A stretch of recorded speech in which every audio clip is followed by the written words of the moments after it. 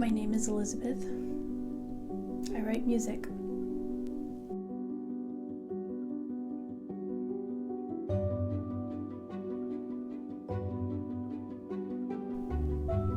I play music too.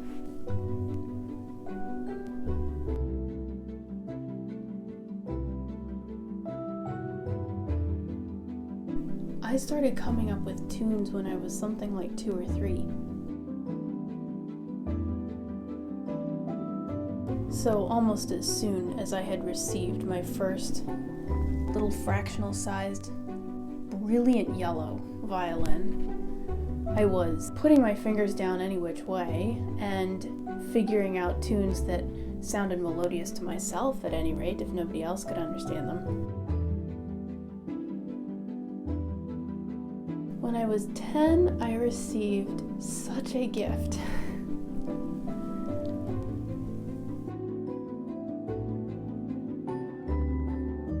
Here it is.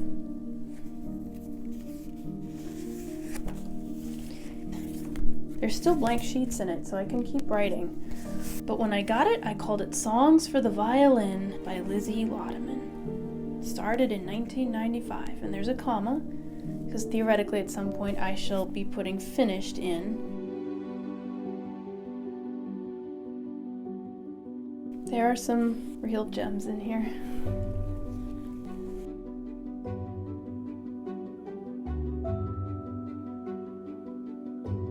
I sat down with my violin at the dining room table, began humming tunes, trying out the notes on the violin, and when I was satisfied, I would write them down. It was not entirely random, like just birds on a wire, but almost.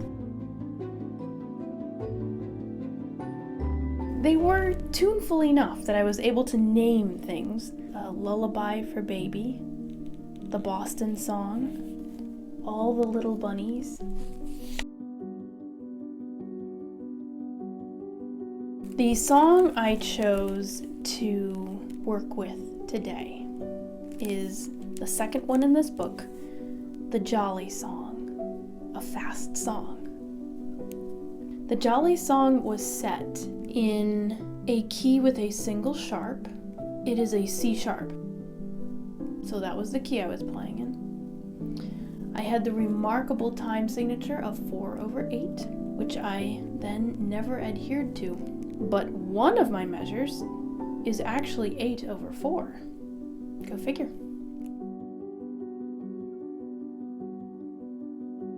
Here is the Jolly Song as I originally wrote it.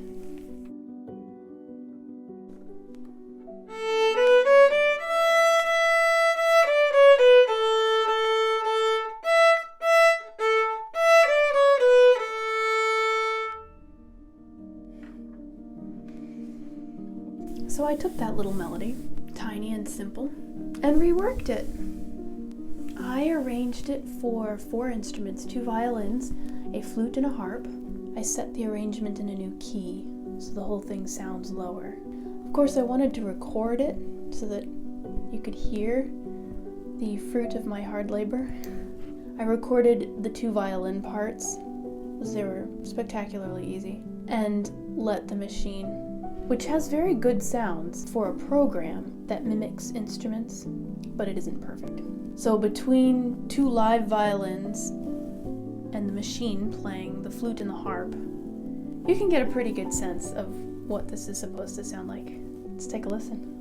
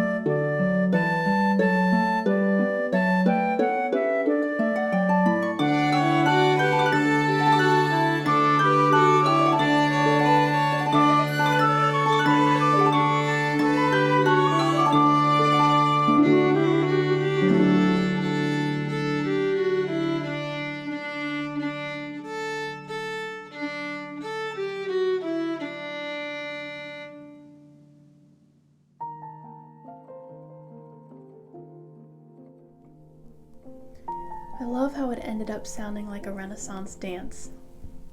It really is a joyful little piece. The Jolly Song is a very appropriate name for it.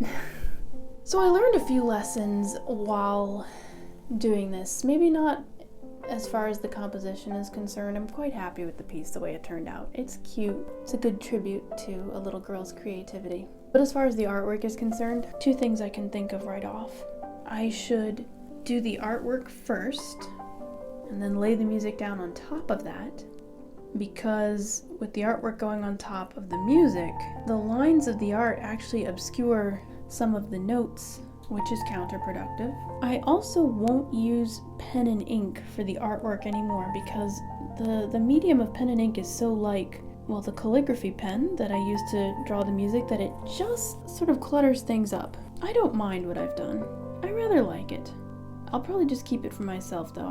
There's a lot going on. I mean, you can only either focus on the music or try to figure out what's going on behind it.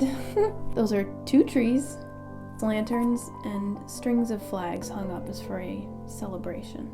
That's what that is, if you couldn't see it before. There's something fitting enough about having all of that clamoring for attention when that is sort of what the piece is doing as well. Just a joyous mix of lovely sound and ink. So that's it for now. If we see a second video, then we'll know that I was able to make a second video.